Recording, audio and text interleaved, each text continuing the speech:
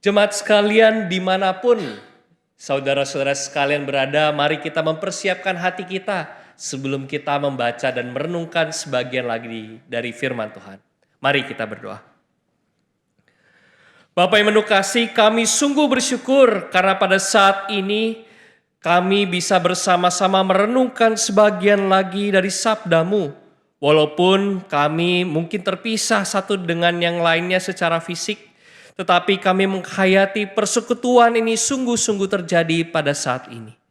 Dan oleh karena itu berkatilah kami ya Bapa, sehingga firman yang kami simak bersama-sama ini dapat bertumbuh di dalam diri kami, dan buahnya dapat dinikmati oleh orang-orang bahkan selain kami sendiri. Dan oleh karena itu ya Bapa, kami ingin menyerahkan tidak hanya pelayanan firman ini, tidak hanya kebaktian ini, melainkan seluruh hidup kami hanya ke dalam penyertaan-Mu saja. Di dalam nama Tuhan kami Yesus Kristus kami berdoa. Amin.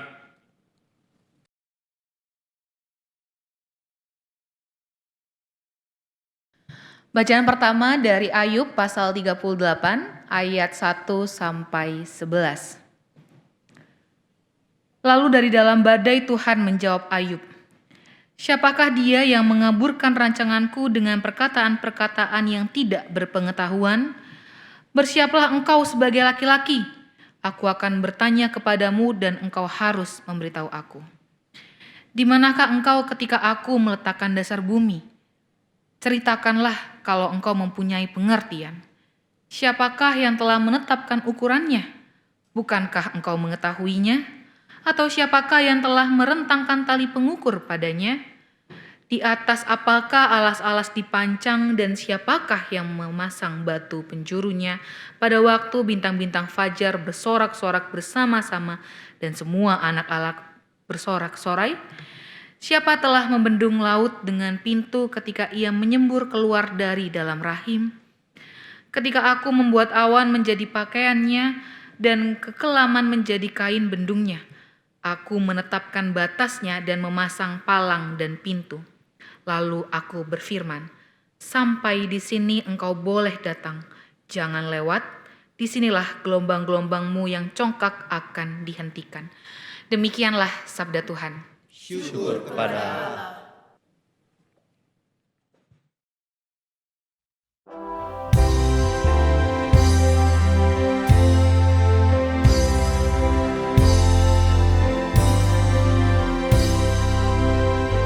Bersyukurlah pada Tuhan, karena Ia baik, bahwasanya untuk selamanya kasih setianya. Bersyukurlah pada Tuhan, karena Ia baik, bahwasanya untuk selamanya kasih setianya. Biarlah itu dikatakan orang-orang yang ditebus Tuhan, yang ditebusnya dari kuasa yang menyesakan, yang dikumpulkannya dari negeri-negeri, dari timur dan dari barat, yang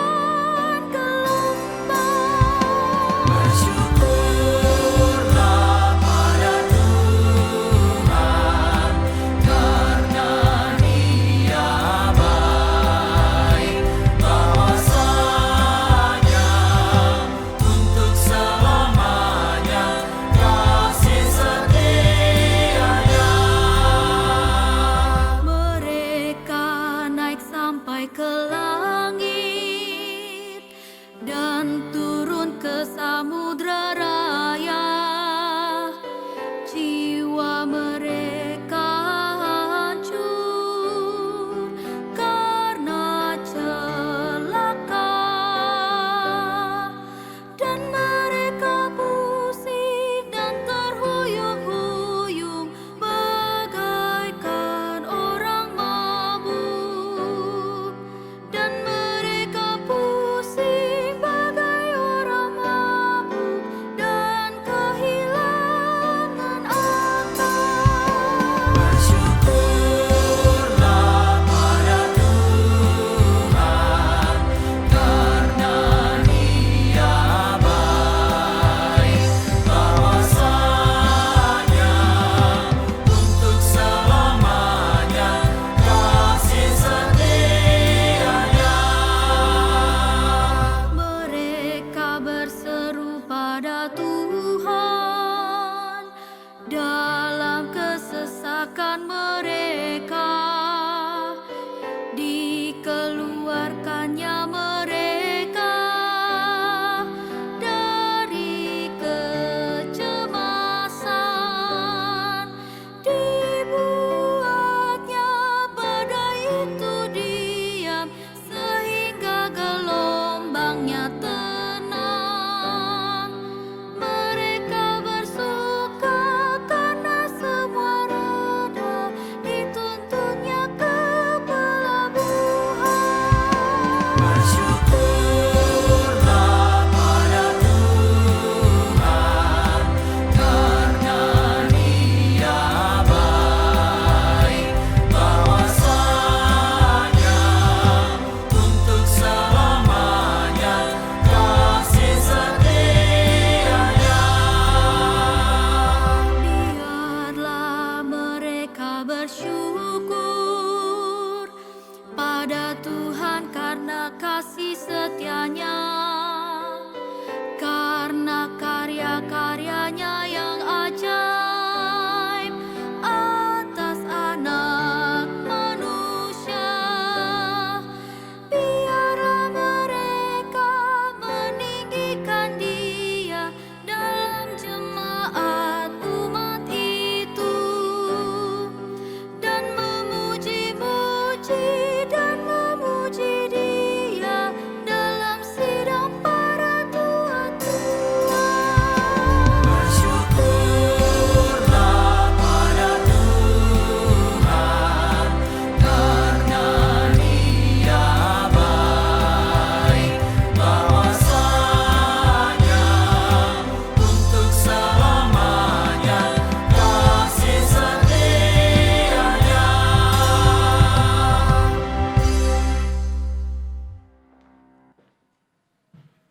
Bacaan kedua dari surat 2 Korintus pasal 6 ayat yang pertama sampai ke-13.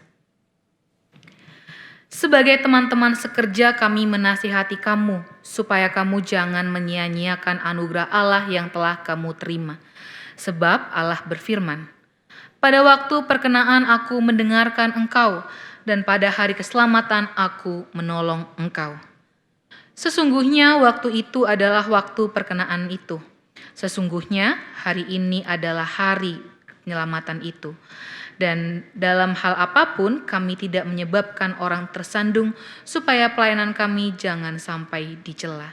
Sebaliknya, dalam segala hal kami menunjukkan bahwa kami adalah pelayan Allah, yaitu dengan penuh ketabahan dalam penderitaan, kesengsaraan, dan kesukaran, dalam menanggung pukulan, dalam penjara, dan kerusuhan, dalam berjerih payah, dalam berjaga dan kelaparan, dalam kemurnian hati, pengetahuan, kesabaran, dan kemurahan hati, dalam Roh Kudus, dan dalam kasih yang tulus ikhlas, dalam pemberitaan kebenaran dan kekuasaan Allah, dengan menggunakan senjata-senjata keadilan baik di tangan kanan maupun di tangan kiri, ketika dihormati dan ketika dihina, ketika diumpat dan ketika dipuji, ketika dianggap sebagai penipu ternyata orang benar, sebagai orang yang tidak dikenal namun terkenal sebagai orang yang nyaris mati. Dan sungguh kami hidup sebagai orang yang dihajar namun tidak mati, sebagai orang berduka cita namun senantiasa bersuka cita, sebagai orang miskin namun memperkaya banyak orang, sebagai orang tak berpunya sekalipun kami memiliki segala sesuatu. Hai orang Korintus, kami telah berbicara terus terang kepada kamu, hati kami terbuka lebar-lebar bagi kamu. Bagi kamu ada tempat yang luas dalam hati kami, tetapi bagi kami hanya tersedia tempat yang sempit di dalam hati kamu. Karena itu, sekarang, supaya timbal balik, aku berkata seperti kepada anak-anakku, bukalah hati kamu selebar-lebarnya. Demikianlah sabda Tuhan. Syukur pada Allah. Injil Tuhan kita Yesus Kristus menurut Markus pasal 4 ayat 35 hingga 41. Injil Yesus Kristus menurut Markus pasal 4 ayat 35 hingga 41 berbunyi demikian. Pada hari itu menjelang malam Yesus berkata kepada mereka, "Marilah kita bertolak ke seberang." Mereka meninggalkan orang banyak itu lalu bertolak bersama Yesus yang sudah ada dalam perahu dan perahu-perahu lain menyertai dia. Lalu mengamuklah topan yang dahsyat sekali dan ombak menyembur masuk ke dalam perahu sehingga perahu itu mulai penuh dengan air. Yesus sedang tidur di buritan memakai bantal. Lalu murid-muridnya membangunkan dia dan berkata kepadanya, "Guru, tidak pedulikah engkau kalau kita binasa?" Ia pun bangun, menghardik angin itu dan berkata kepada danau itu, "Diam, tenanglah." Lalu angin itu reda dan danau itu menjadi teduh sekali. Lalu ia berkata kepada mereka, "Mengapa kamu ketakutan? Belumkah kamu percaya?" Mereka menjadi sangat takut dan berkata seorang kepada yang lain, "Siapa sebenarnya orang ini? Sehingga angin dan danau pun taat kepadanya." Demikianlah Injil Yesus Kristus, berbahagialah mereka yang mendengarkan firman Allah dan yang memeliharanya.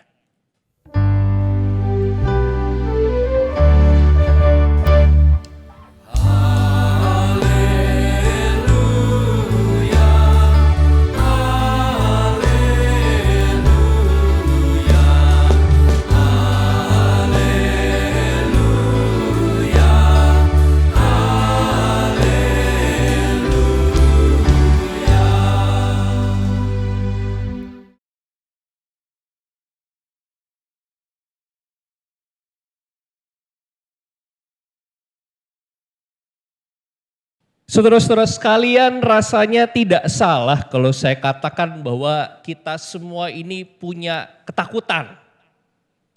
Mulai dari hal-hal yang sederhana gitu ya. Kalau Bapak Ibu mungkin nggak tahu perasaan saya waktu di mimbar di atas itu. Pas saya tadi ngecek mic-nya, baterainya merah. Terus abis itu saya, ini masuk gak ya suaranya? Takutnya nggak masuk. Ketakutan yang sederhana. Atau mungkin buat yang pernah yang di kota Jakarta misalnya, yang tiba-tiba di perjalanan mau berangkat kerja atau mau sekolah, kemudian waduh ada kecelakaan dan sebagainya, macet. Kira-kira bisa sampai tepat waktu nggak ya? Nanti gajiku kepotong nggak ya dan sebagainya. Nah oleh karena itu saudara-saudara sekalian, tema kali ini gitu ya, menurut saya menarik sekali karena iman dan ketakutan, walaupun ini kelihatannya dua hal yang berbeda ya, iman itu kan penuh pengharapan gitu ya, konon kata damai, sejahtera dan ketenangan, tapi disandingkan dengan ketakutan. Dan keduanya, gitu ya, anugerah dan ketakutan itu bisa jadi sebenarnya muncul beriringan dan kita jadi bingung seperti apa. Misalnya seperti apa? Nah, oke. Saya cukup yakin saudara-saudara sekalian yang mengikuti di YKB ini cukup banyak yang anak-anak muda juga gitu. Nah saya pengen tanya berapa banyak dari saudara-saudara sekalian ya yang waktu pandemi kemarin jadi kenal sama namanya investasi saham dan cryptocurrency. Boleh, saya nggak bisa lihat. saudara-saudara sekalian di YouTube gitu ya. Mungkin kalau datang sekeluarga boleh lihat kiri kanan gitu ya. Atau yang di sini ada yang angkat tangan nggak? Oh di sini nggak ada gitu. Berarti nggak ada yang jadi investor dadakan. Nah saudara-saudara sekalian, saya ingat di masa-masa itu ada satu istilah yang kencang banget gitu ya. FOMO, fear of missing out. Kalau yang suka berselancar internet gitu ya, waduh ini ada berita-berita apa gitu ya. Takutnya nanti ketinggalan berita, investasinya udah keburu mahal, mau invest telat. Dan banyak sekali pada waktu pandemi itu orang-orang yang kemudian melihat cryptocurrency, ada trading bot, ada macam-macam lagi. Itu sebagai wah ini cara Tuhan nih menolong saya di masa-masa sulit ekonomi ini. Karena memang harus kita akui bahwa banyak sekali yang bergumul dengan pekerjaan, dengan finansial mereka. Kita semua mengalaminya. Dan ketika mereka melihat itu, waduh ini kesempatan yang Tuhan berikan gitu ya. Terus kemudian mulai mencurahkan segala sesuatu di situ. Dan ternyata apa yang diikuti itu ternyata scam. Duitnya hilang, gak bisa ditarik. Dan saya ingat betul waktu itu ada beberapa kejadian. Gak cuman finansial ya, waktu itu saya ingat dari saudara kita yang bahkan berbeda agama gitu ya. Mau haji gitu atau apa. Sama-sama nabung dan sebagainya. Ternyata penipuan. Pas didatengin kantornya tutup dan sebagainya. Yang membuat orang kemudian bertanya-tanya gitu. Ini sebenarnya yang Tuhan kasih kepada saya ini tuh apa sih? Ini Tuhan tuh mau ngasih berkat atau mau ngasih saya justru masuk ke dalam lubang. Karena harus kita akui rasanya bahwa gak semua orang paham dengan itu. Banyak yang atas dasar iman gitu ya. Wah ini Tuhan tunjukkan jalan lalu masuk. Dan ternyata di dalam perjalanannya apa yang diimani sebagai berkat Tuhan itu ternyata justru jadi batu sandungan di dalam kehidupan mereka.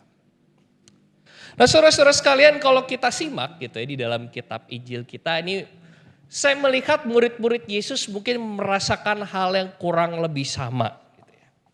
Kalau kita lihat dari Markus pasal 4, murid-murid itu naik ke atas kapal itu bukan karena mereka pengen jalan-jalan atau tur pariwisata gitu ya. Tetapi di ayat 35 gitu ya. Pada hari itu menjelang malam, Yesus berkata kepada mereka, marilah kita bertolak ke seberang. Jadi murid-murid Yesus ini, gitu ya, saya membayangkan ya mereka sebelumnya mungkin sudah berjalan dan sebagainya. Karena ini dikisahkan di ayat 36 itu ada orang banyak gitu. Ini kelihatannya Yesus baru mengajar dan sebagainya gitu ya. Saya membayangkan mereka pasti kelelahan, pengennya tidur aja gitu ya. Tapi Yesus ngajak mereka untuk naik kapal. Dan danau Galilea ini bukan danau yang kecil, ini danau yang besar. Yang bahkan buat orang-orang yang pernah ke sana kata ini udah kayak laut. Dan benar aja, ketika di dalam perjalanan kemudian angin besar datang menggoncangkan kapal dan air mulai memasuki kapal.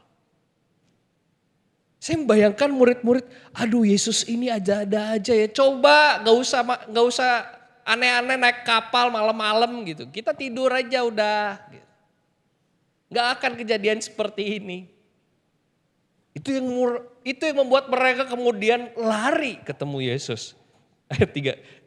Dan di sini menarik ya sekali ya, digambarkan Yesus itu tenangnya luar biasa. Ayat 38, Yesus sedang tidur di buritan memakai bantal. Ini Alkitab terjemahan baru edisi kedua ini memang luar biasa menggambarkan Yesus tuh tidurnya nyenyak sekali gitu ya. Pakai bantal. Sementara murid-muridnya lagi panik ketakutan. Nomor satu ini gara-gara Yesus kita kayak gini gitu ya. Terus ini ada angin badai dan sebagainya. Dan mereka, guru tidak pedulikah engkau kalau kita binasa? Nah saudara-saudara sekalian, kalimat ini menurut saya adalah kalimat yang sangat keras. Gitu. Kenapa? Karena di dalam kalimat ini terkandung nuansa bahwa Tuhan tidak peduli. Atau bahkan mungkin terbersit di dalam pikiran murid-muridnya, ini Tuhan yang memasukkan kita ke dalam pencobaan. Sama kan kisahnya kurang lebih sama kayak tadi gitu. Ini sedang bergumul di masa pandemi, bingung ini dengan pekerjaan dan sebagainya bergumul, rasanya kayaknya ada pimpinan tangan Tuhan, ini ada celah-celah berkat gitu ya, bukan celah lah kalau celah negatif ya, ini ada kesempatan mendapatkan berkat Tuhan yang lebih. Ternyata scam, malah rugi, malah saya membaca saudara-saudara sekalian ada yang kehilangan rumah dan sebagainya dan sebagainya. Nah saudara-saudara sekalian, di sini rasanya kita perlu merenung. Sejauh mana kita sebenarnya pernah merasakan hal yang seperti itu. Jangan-jangan kita pada saat ini pun merasakan hal yang sama. Orang yang harusnya menjadi sesuatu yang seharusnya menjadi berkat buat kita kok jadi sesuatu yang menjengkelkan, yang menyesakkan buat kita.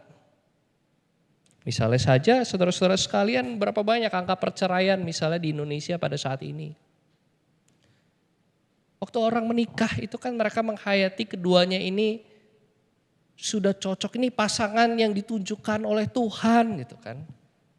Waktu pacaran mungkin ada yang dari SMA atau yang dari SD dan sebagainya gitu ya, udah cinta-cintaan monyet gitu dan sebagainya. Dan dihayati ini Tuhan kasih berkat. Tapi kemudian setelah kemudian menjalani waktu-waktunya makin lama dan bahkan mungkin setelah mengikat tali pernikahan di hadapan Tuhan gitu. Kemudian muncullah hal-hal yang tidak mengenakan. Yang membuat kemudian bertanya-tanya, ini berkat atau kutuk sih dari Tuhan?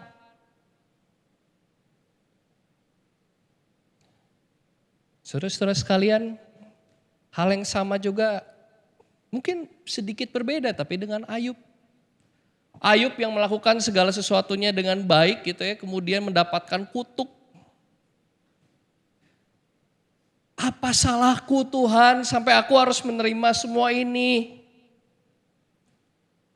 Dan mungkin buat kita ketakutan-ketakutan itu muncul karena kita merasa, aduh aku tuh salah apa sih sama Tuhan?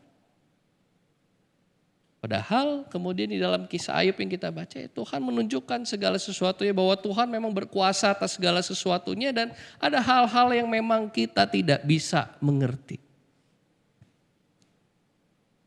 Dan Yesus pun ketika ia menenangkan menenangkan topan badai yang mengguncang perahu itu, Yesus hanya menanyakan kembali pertanyaan retoris. Mengapa kamu ketakutan? Belumkah kamu percaya? Saudara-saudara sekalian, di sini kita melihat memang iman dan ketakutan itu adalah dua hal yang sangat dekat.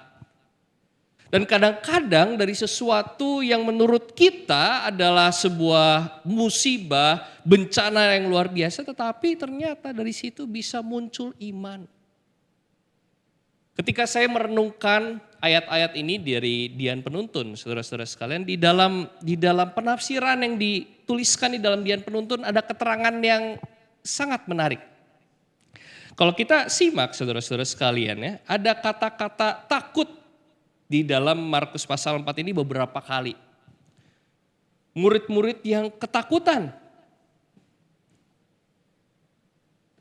Sebelum Yesus menghardik angin topan itu, ketakutan itu dilihat sebagai sesuatu yang mengerikan. Sesuatu yang ya takutnya kita gitu ya.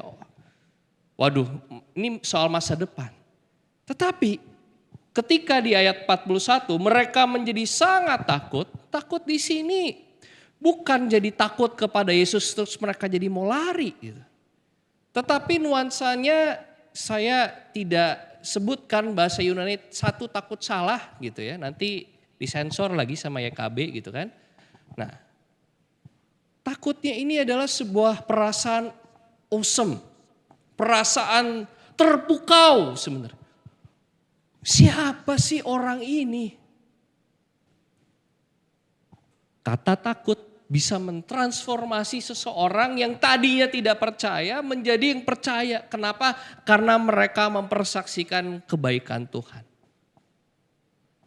Masalahnya, kadang-kadang kita ini sulit mau peka terhadap anugerah Tuhan itu bukan hal yang mudah. Tapi izinkan saya menceritakan satu kisah nyata yang pernah saya alami ketika saya menjalani praktek pelayanan gitu ya, sebelum saya jadi seorang pendeta gitu ya. Ketika saya sedang berada di sebuah jemaat, saudara-saudara sekalian, waktu itu saya sedang tenang gitu ya, nggak sampai kayak Yesus lagi tidur dengan bantal, enggak gitu ya, siang-siang habis makan. Saya tiba-tiba ditelepon oleh teman-teman pelawat. Pak Kris, bisa buru-buru gak cepet? Kenapa?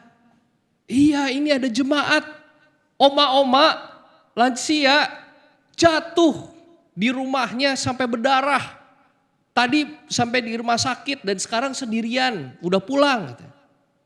Nah coba ya, saudara-saudara bayangkan oma-oma umur 60 tahun lebih gitu ya, jatuh sampai berdarah, sampai masuk rumah sakit dan di rumah sendirian. Nah, coba ya, itu direkam di dalam bayangan kita. Oke, saya dengar kayak gitu, panik juga, gitu kan. Langsung ganti baju, gitu ya, berangkat dijemput sama driver gereja, kemudian berangkat karena rumah oma itu lumayan jauh. Sesampainya di sana, saudara-saudara sekalian, gerbangnya memang nggak dikunci gitu ya. Terus saya sama 2 ibu pelawat itu bergegas turun dari mobil terus langsung ketok. Oma, ini Christian, calon pendeta, belum pendeta waktu itu ya. Oma bisa buka pintu atau kita perlu buka, kita yang buka aja pintunya dari luar, nggak apa-apa kalau Oma susah. Sekali lagi ya, saya ajak saudara-saudara sekalian bayangkan oma-oma umur 60 tahun lebih jatuh sampai berdarah-darah dan masuk rumah sakit. Terus terdengar suara dari dalam setelah ketokan penuh kepanikan itu. Ada Pak Kris datang, sebentar ya. Ya udah, karena udah dijawab, suaranya juga tenang. Oke, kita sedikit lebih tenang. Lalu pintu itu pun terbuka dan oma itu pun ngelongok keluar. Saudara-saudara sekalian, ternyata jatuh itu terjerembab ke depan, jadi mukanya itu lebam, hitam. Bayangkan. Tetapi mukanya buat yang saya bingung itu penuh senyum.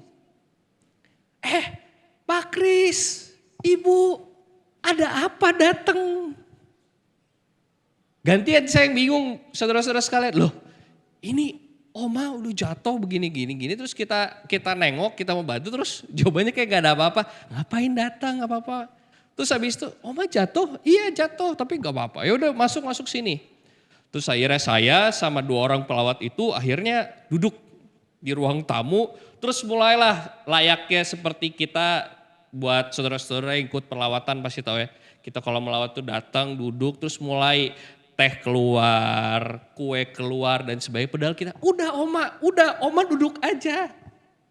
Gak apa-apa, Pak, gak apa-apa. Duduk. Akhirnya setelah kue, setelah teh, terus saji lengkap gitu ya. Terus akhirnya omanya duduk. Oma tadi ceritanya kenapa kok bisa jatuh?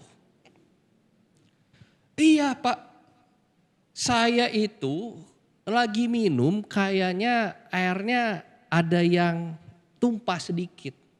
Jadi saya kepleset terus jatuh. Tapi puji Tuhan Pak. Loh ini oma kok jatuh puji Tuhan gitu ya. Iya soalnya pas saya jatuh saya lagi pegang HP. Jadi saya walaupun jatuh saya bisa kontak tetangga saya. Dan puji Tuhan lagi Pak Pendeta. Oh puji Tuhan kenapa lagi nih? Iya soalnya saya belum sempat kunci pintu di depan. Jadi tetangga saya masuk, gampang masuknya nolong sayanya. Wah, terus habis itu saya Saya ke rumah sakit terus sekarang balik udah gak apa-apa deh. Selama percakapan itu terjadi saudara-saudara sekalian gak ada keluh kesah keluar sedikit pun. Tapi yang keluar adalah puji Tuhan, puji Tuhan, puji Tuhan. Dan cerita itu saudara-saudara sekalian saya pegang dan selalu saya jadikan kesaksian. Kenapa? Buat seseorang yang sudah punya iman yang kuat, iman yang teguh, betapapun berat, kendala, kesulitan, musibah yang ia alami, ia tetap dapat melihat Tuhan yang menyertai. Gak ada sekalipun oma itu bilang aduh sakit dan sebagainya, enggak. Puji Tuhan saya masih pegang HP, puji Tuhan pintunya gak kunci. Puji Tuhan, puji Tuhan, puji Tuhan. Apakah kita ketika musibah itu terjadi bisa mengatakan hal yang sama? Mari saudara-saudara sekalian kita lihat lagi musibah-musibah yang atau bahkan mungkin ketakutan yang sebenarnya pada saat ini sedang kita hadapi. Jangan-jangan di dalam musibah atau ketakutan yang kita sedang rasakan itu Tuhan juga sedang bekerja. Kitanya yang tidak sadar. Jadi saudara-saudara sekalian sebagai penutup saya ingin sekali lagi menanyakan kepada saudara-saudara apa yang dikatakan Yesus kepada murid-muridnya. Markus pasal 4 ayat 40. Mengapa kamu ketakutan? Belumkah kamu percaya? Kiranya Tuhan memampukan kita semua untuk merasakan kehadiran Tuhan bahkan di dalam saat-saat tersulit dalam kehidupan kita. Amin. Silakan bersatu sejenak.